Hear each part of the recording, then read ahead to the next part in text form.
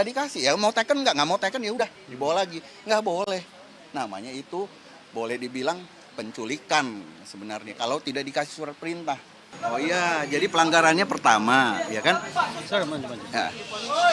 Kalau yang namanya penangkapan, proses untuk pelimpahan tahap 2 itu masih bisa dimaklumi, dipahami kalau 2 kali dipanggil tidak hadir.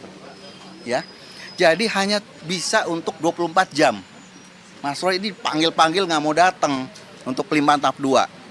Nah, apakah itu ada? Kan kalau nggak ada itulah pelanggaran. Makanya pelanggarannya melanggar HAM-nya Mas Roy, kemudian juga melanggar hak hukumnya. Nah, tapi nggak boleh penahanan. Buat apa penahanan? Nggak ada itu penahanan. Karena penahanan tujuannya murni untuk kepentingan penyidikan. Nah, apalagi tadi penahanannya itu yang tadi diperlihatkan dari tim kuasa hukum ya, bahwa di sana ada kata-katanya bahwa itu untuk kepentingan penyidikan dalam 1 kali 24 jam harus dilakukan pemeriksaan. Itu dia pelanggarannya di sana ya.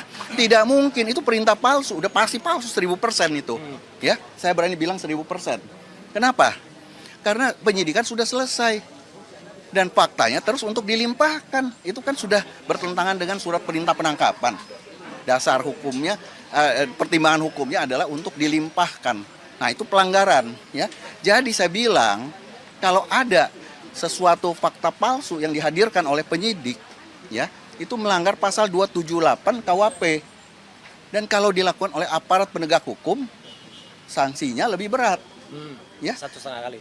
1 kali 9 tahun. Tambah sepertiga kalau ada pasal yang diseludupin. Ya, di sana. Jadi di sini harus jelas ini pelanggaran-pelanggaran gitu loh. Kalau misalnya punya izin dari pengadilan untuk masuk rumah. Jadi masuk rumah itu kalau penggeledahan jangan dikatakan penggeledahan itu berarti mencari-cari dan sebagainya.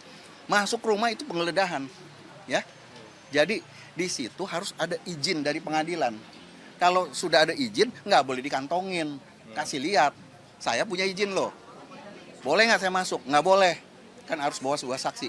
Nah kalau nggak boleh, saya panggil dulu RT RW, saksikan dulu dan bikin nanti berita acara kan. Tentunya gitu loh. Saya sudah melakukan. Nah, itulah yang harus dilakukan sebelum melakukan penangkapan. Penangkapan juga surat perintahnya harus diserahkan kepada Mas Roy. Kalau Mas Roy nggak mau teken gimana? Tetap dikasih. Ya sudah bikin berita acara ya bahwa Mas Roy nggak mau teken. Itu nggak apa-apa gitu loh. Tapi bukan berarti nggak dikasih. Kalau tadi kan kita lihat di video kan nggak dikasih, ya mau teken nggak mau teken ya udah dibawa lagi. Nggak boleh. Namanya itu boleh dibilang penculikan sebenarnya kalau tidak dikasih surat perintah. Jadi setiap tindakan aparat itu adalah harus dan wajib ya kan melindungi hak asasi manusia. Ya, demikian itu. Tambahan sedikit. Jadi secara teoritis ya, kita melihat bahwa penyidik ini memiliki maksud untuk menahan dan memfeta kompli jaksa agar melanjutkan penahanan tersebut. Nah, ini terlalu kentara kalau kita lihat proses mulai dari tanggal 19 Juni kemarin sampai kemudian 21 Juni ketika Mas Roy dan Dr. Tifa akhirnya tidak ditahan, bukan dibebaskan ya, tidak jadi ditahan. Nah, karena itu ya kita mengimbau kepada penyidik ya agar menegakkan hukum yang benar. Karena kita sudah menunjukkan sebagai contoh tadi, surat perintah penahanan itu secara teoritis itu tidak akan bisa dilaksanakan. Karena dalam surat perintah tersebut dikatakan setelah ditahan 1 kali 24 jam itu harus dilakukan pemeriksaan terhadap tersangka. Padahal faktanya sudah P21. Itu sudah selesai penyidikannya, tinggal dilimpahkan. Jadi buat apa kemudian ada perintah seperti itu? Nah, kalau dia membuat perintah yang lain, maka perintah yang lain itu kemudian ternyata tidak berkesesuaian dengan hukum yang ada, dengan KUHP yang ada. Termasuk perintah bahwa ini dalam rangka pelimpahan tahap 2. Dan kemudian tadi Mas Didit mengatakan ketika itu di satu rangkaian penangkapan dan penahanan, maka berarti sudah ada intention untuk menahan. Padahal dalam rangka P21 seharusnya tidak bisa lagi ditahan. Begitu, karena tinggal dilimpahkan saja. Ya, tadi kan dikatakan Mas Didit kan, kalau tes kesehatan itu intention untuk menahan, ngapain dites kesehatan orang lain gitu. Dilimpah aja kok. Iya, tinggal dilimpahkan. Dan kami sebenarnya sudah punya komitmen, kalau seandainya ada undangan dari Polda Metro Jaya, ya penyidik Polda Metro Jaya, kapanpun untuk pelimpahan tahap 2 tersebut, kami akan datang. Kalaupun misalnya harus ada klarifikasi dulu, datang dulu ke Polda Metro, kita akan datang. Tapi not necessary untuk ditangkap dan ditahan, karena Mas Roy kooperatif, tidak akan berupaya melarikan diri. Tadi berupaya ya, bukan kemudian kekhawatiran itu hanya di sudut pandang subjektif penyidik, tetapi berupaya. Berarti ada sebuah kegiatan bahwa beliau salah satunya berupaya melarikan diri, berupaya menghilangkan barang bukti, kemudian tidak memberikan kesaksian yang benar dan lain sebagainya. Itu. Nah, ini menurut saya ya, apa yang terjadi 2 hari ini sangat kentara sekali. Apalagi penyidik tidak mampu mempertahankan argumennya mengenai penggunaan hukum acara. Ya kan? Di surat penangkapan dan penahanan dia pakai KUHP yang baru, tapi kemudian di jawaban termohon dia pakai KUHP yang lama. Dan kemudian dia bolak-balik tanya terus kan 361 huruf A, tapi dia tidak mau baca huruf D. Jadi 361 huruf A itu kalau sudah selesai penyidikan P21 berhenti. Karena itu adalah pasal transisional sesungguhnya. Kenapa kemudian dipakai KUHP yang lama? Karena proses penyidikannya sudah dilakukan sebelum berlakunya KUHP baru. Tapi begitu penyidikan selesai penyidikan, maka pasca penyidikan, pos penyidikan itu menggunakan KUHP baru, nggak ada KUHP lama lagi, sudah the end of the history. Nanti dalam pengadilan, waktu proses pemeriksaan, bagaimana kita menilai proses misalnya penyidikannya, batu ujinya pakai KUHP lama, tapi acaranya pakai KUHP yang baru, paham ya? Gitu. Dan kalau pra-peradilannya ini kan dia mendalilkan di pra-peradilan. Jadi kalau yang dimasalahkan oleh Mas Roy misalnya nih, penetapan sebagai tersangka. Nah, itu KUHP lama. KUHP lama, ya kan, pakai KUHP lama. Tapi kalau proses dia tetap KUHP baru. Pra-peradilan ini KUHP baru. Apalagi ini dia sudah benar, ya kan? Surat perintah penangkapan, penahanan pakai KUHP baru kan? Itu benar. Gitu, yang salah dalilnya gitu. Nah, itu jadinya. Ada pertanyaan lagi? Ada tambahan, Mas Gabor? Tambahan dari saya ya. Maju. Jadi para rekan-rekan media tadi sudah jelas berdasarkan fakta persidangan, tidak pernah ada surat pemanggilan kepada pemohon ya yang ditentukan dalam pasal 97 KUHP yang baru yang tadi sudah dijelaskan oleh ahli bahwa sebelum dilakukan upaya paksa penangkapan maka harus dulu didahului dengan surat pemanggilan yang sah dan patut. Dan berdasarkan fakta persidangan tadi, beberapa saksi menyatakan bahwa tidak pernah ada pemanggilan dari Polda Metro Jaya. Sehingga sejak dari awal kami melihat bahwa penangkapan penahanan itu tidak mempunyai dasar yuridis yang jelas.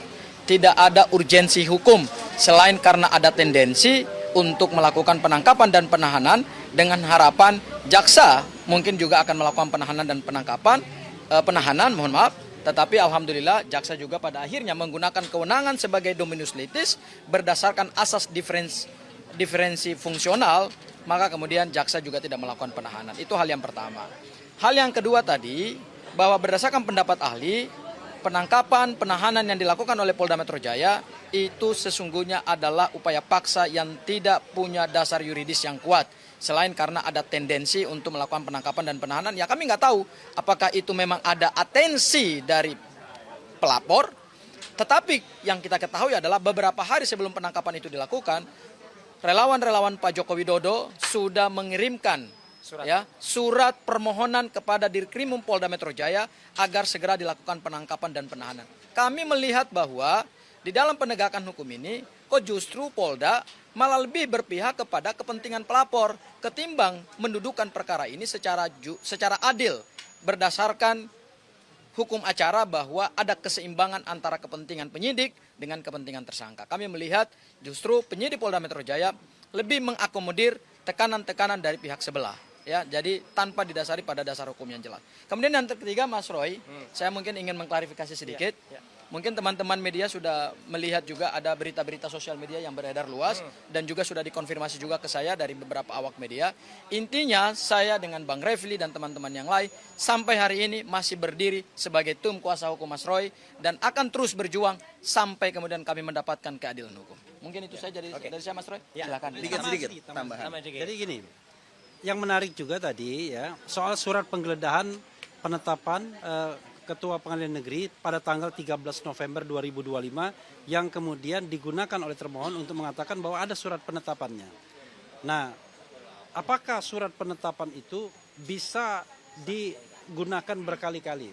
Karena asumsi saya pada tanggal 13 November 2025 surat penetapan itu dilakukan. Karena pada waktu itu ada pemeriksaan sebagai tersangka kepada Mas Roy dan Dr. Tifa. Dan memang pada waktu itu dikhawatirkan akan ada penyitaan barang dan lain sebagainya. Nah, karena itu mereka membuat surat penetapan pada tanggal 13 November.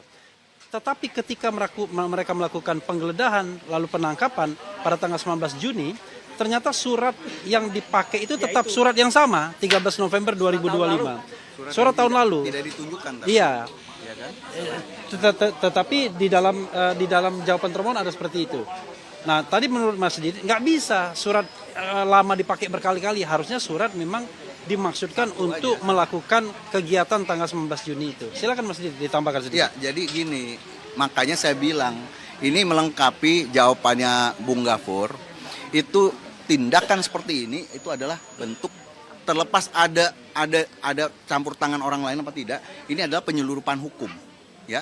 Jadi, nah mereka tidak bersiap, mereka tidak minta izin ke pengadilan. Nah kalau pakai tahun lalu, ya sekalian aja 5 tahun yang lalu pakai, boleh aja kalau begitu ya kan? Itu kan nggak boleh, ya.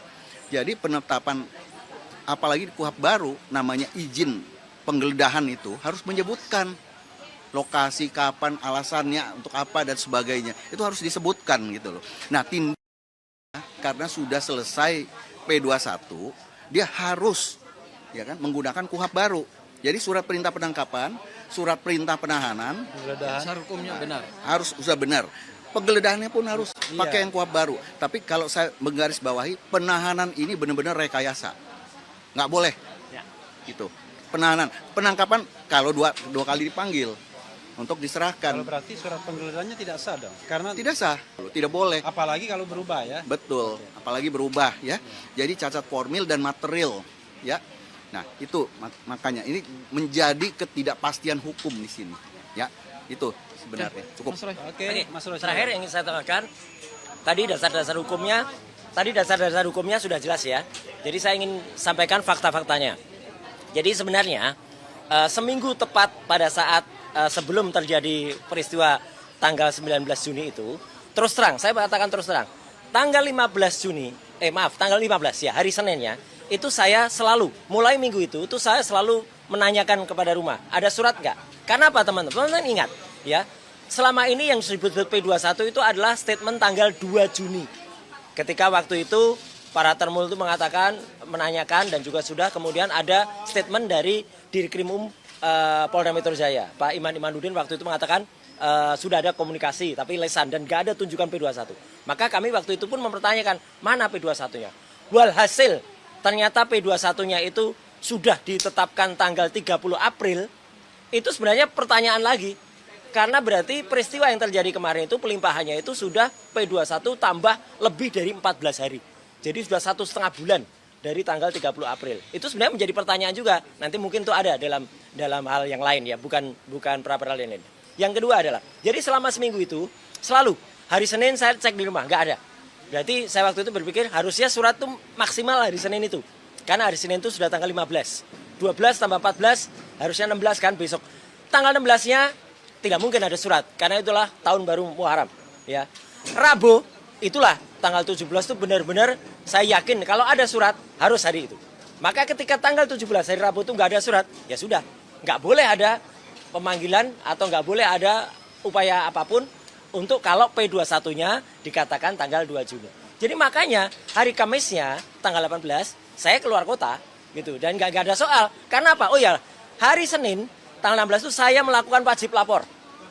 Dan ketika saya wajib lapor, saya sempat di situ ada banyak petugas. Dan saya sempat menanyakan nih, kapan nih pelimpahan ini? Mereka senyum-senyum, mereka nggak ada yang menjawab. Tapi mereka senyum, artinya kalau sebenarnya ada rencana pada hari Jumat itu akan ada pelimpahan, ya sebaiknya mereka tanyakan, Pak siap-siap aja ya dalam 1-2 hari ini ada pelimpahan. Itu jauh lebih bagus, lebih sopan, dan itu patut dan layak. Andai kata waktu itu akan dilakukan surat. Jadi faktanya sampai dengan Kamis tidak ada surat sama sekali. Sehingga ketika saya ke Bandung itu ya udah saya berangkat dengan tenang, nggak ada surat. Saya baru pulang dari Bandung jam 2 pagi, peristiwanya seperti yang sudah sering saya ceritakan. Ya, jadi pagi hari tiba-tiba tadi dengar. Nah, ada tadi beberapa pertanyaan. Yang ketiga, kenapa CCTV nggak ditampilkan? Saya kemarin sempat melihat beberapa CCTV. Justru akan menimbulkan pertanyaan karena di CCTV itu nggak ada suaranya. Ya, CCTV rumah saya nggak ada suaranya. Jadi lebih baik yang tadi yang ada suaranya jelas itu. Suara istri saya menyatakan tidak sah, ini ilegal, ilegal. Kemudian terdengar juga, ya, borgol, terdengar kalimat itu. Ya, dan terlihat dengan sangat jelas bagaimana suasana kamar tidur ketika keluar pertama kali. Dan memang itu terus ada suaranya. Dan dari rekaman tadi ada 3 potong rekaman, ya 2 potong itu rekaman di rumah saya, 1 potong rekaman di rumah sakit. Itu clear betul. Dilakukan memang oleh orang yang berada di situ dan suaranya masuk. Dan terlihat jelas juga Pak di rumah. Tidak ada petugas RT ataupun RW. Dan saya sudah punya buktinya juga. Bahwa sore hari tanggal 19 istri saya sudah langsung komunikasi dengan Pak RT. Ya, gitu. Itu sebenarnya mau kita akan jadi bukti juga nanti bahwa tidak ada komunikasi antara RT dengan petugas yang datang ke rumah. Jadi sama sekali padahal itu pelanggaran. Dan jelas tadi yang dikatakan oleh driver saya, ya, dia itu memang pertanyaan menjebak tadi dari termohon, gitu. Yang Anda membuka pintu enggak? Gitu. Ya memang dia membuka, dia buka. Terus dengar nggak? Memencet bel terus berkali-kali. Jadi itu memencet bel terus berkali-kali itu membuat terpaksa membuka gerbang, ya terpaksa membuka gerbang. Dan memang gerbang itu memang akhirnya dibuka oleh driver. Dan tadi yang dikatakan sama, driver saya kemudian ikut, nah itu ikut tanpa diminta, itu ngikut sampai ke kamar tidur. Dan terdengar kan ada berapa orang masuk kamar tidur, ya 5 orang yang masuk ke sana. Dan ada kata driver saya melarang pun pasti juga kalah kuat atau kalah apalah gitu. Dan terlihat tidak ada sama sekali bukti bahwa surat itu dibuka, ditunjukkan, nggak ada. Ya surat itu hanya digini-ginikan aja, ya ditunjukkan aja. Dan mapnya pun tertutup, nggak ada map yang bagus. Saya pun tidak melihat itu. Dan terlihat juga kan teman-teman bisa lihat istri saya berkomunikasi dengan kuasa hukum, ya, atau komunikasi dengan untuk bertanya ini gimana. Dia tidak mau menerima, ya, dibuat video call nggak mau, ya, dia pokoknya terus saja. Jadi itulah banyak sekali pelanggaran-pelanggaran yang terjadi dan itu insya Allah akan kita masukkan dalam kesimpulan, ya, gitu Bu Aya dan juga Pak Gafur, dan itu adalah yang terjadi, ya, seperti itu. Dan saya last but not least saya ingin mengulangi pernyataan saya, ya, pernyataannya Pak Gafur, ya. Kalau ada berita-berita yang berkembang, dan itu saya tegaskan juga kemarin sore ketika saya bersama dengan Dr. Tifa, ya, insya Allah kami tetap kompak, kami tetap bersatu. Keberadaan Mas Gafur dan Bu Aya di sini memang atas permintaan saya, dan pra peradilan ini memang atas permintaan saya. Jadi artinya nanti akan kita clearkan kalau ada statement yang mengatakan pra peradilan ini di luar kuasa hukum Roy Suryo. Tidak, kuasa hukum saya tetap sama, tidak ada yang berubah. Ada masalah ketidaksepakatan kecil itu biasa. Tapi yang jelas adalah saya dan Bu Tifa membersamai, dan sekali lagi ini petunjuk dari Allah Subhanahu wa taala. Ya, sidang besok itu siang.